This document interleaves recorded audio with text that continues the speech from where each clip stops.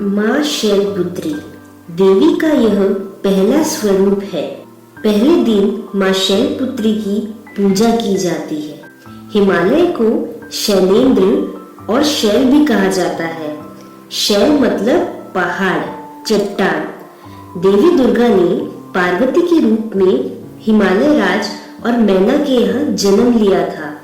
इसी वजह से देवी को शैलपुत्री यानी हिमालय की पुत्री कहते हैं। शैलपुत्री का वाहन ऋषभ होता है, इसलिए यह देवी ऋषारूढ़ा के नाम से भी जानी जाती है।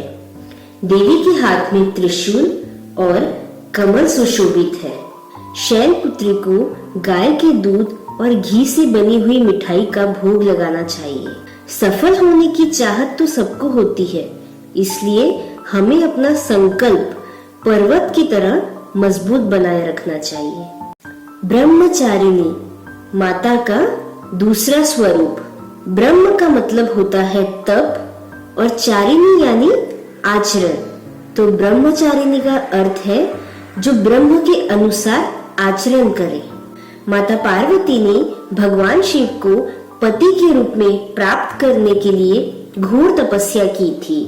इस कठिन तपस्या के कारण देवी का नाम ब्रह्मचारिणी पड़ा। इनके हाथ में अक्षमाला और कमंडल होता है। माता ब्रह्मचारिणी को शक्कर का भोग लगाना चाहिए। किसी भी काम में सफलता के लिए अनुशासन बहुत जरूरी है। जीवन के कठिन संघर्षों में भी हमारा मन विचलित नहीं होना चाहिए। अगर हम अपने लक्ष्य को पाने के लिए अनुशासित नहीं रहते तो हम सफलता कभी नहीं पा सकते। चंद्र घंटा माता का तीसरा स्वरूप। यह स्वरूप शांतिदायक और कल्याणकारी माना गया है। इनके माथे पर घंटे के आकार का चंद्र और हाथ में घंटा रहता है, इसलिए इन्हें चंद्र घंटा कहा गया है। माता ने अपने घंटे से भयंकर टंकार की थी, जिस आवाज को सुनकर कई असुर मारे गए थे। इनका स्वरूप सोने की तरह चमकीला है। माता को दूध से बनी चीजों का भोग लगाना चाहिए। जिस तरह माता चंद्र घंटा असुरों से युद्ध के लिए तैयार रहती है, उसी तरह हमें भी बुराइयों और परेशानियों का सामना करने के लिए हमेशा तैयार रहना चाहिए। जिंदगी में परेशानियां आती जाती रहेंगी। हमें निडर होकर आत्मविश्वास के साथ हर एक परेशानियां हल करनी चाहिए। कुष्मांडा माता का चौथा स्वरूप। अपनी मंद और हल्की हंसी से ब्रह्मांड को उत्पन्न करने के कारण इस देवी को कुष्मांडा कहा जाता है।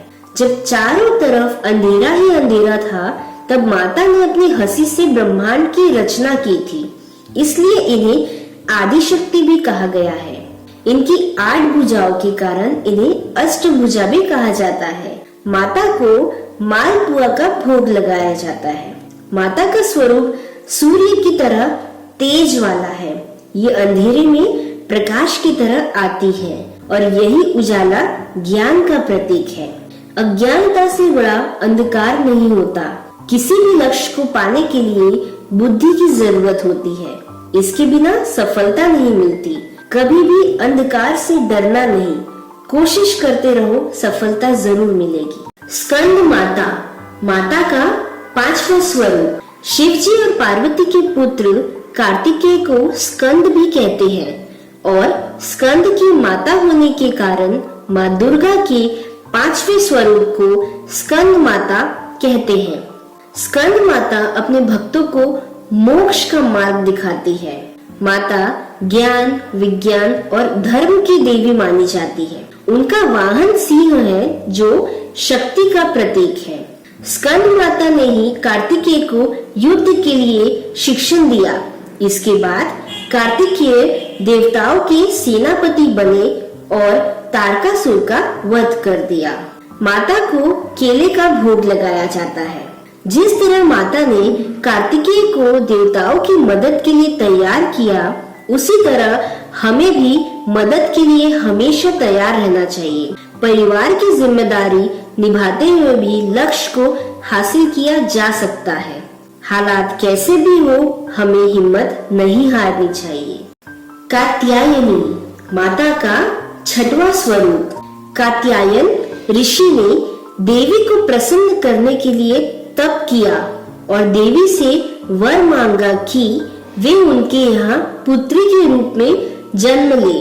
बाद में देवी ने ऋषि के यहाँ जन्म लिया, इसलिए माता को कात्यायनी कहते हैं। माता को शहद का भोग लगाया जाता है। देवी ने अपने परम भक्त कात्यायन ऋषि की इच्छा का मान रखा और उनके यहाँ पुत्री के रूप में जन्म लिया। उसी तरह जो लोग हमें मान सम्मान देते हैं, निस्वार्थ भाव से हमारी मदद करते हैं, हमें भी उनका सम्मान करना चाहिए और उनकी इच्छाएं पूरी करने की कोशिश करनी चाहिए। कालरात्रि माता का 7वां स्वरूप। माता का यह स्वरूप काल की तरह है। इनका जन्म रात में हुआ था। माता काल अर्थात बुरी शक्तियों का नाश करने वाली, इसलिए उन्हें कालरात्रि कहते हैं। माता कालरात्रि ने रक्त बीज असुर का वध किया था।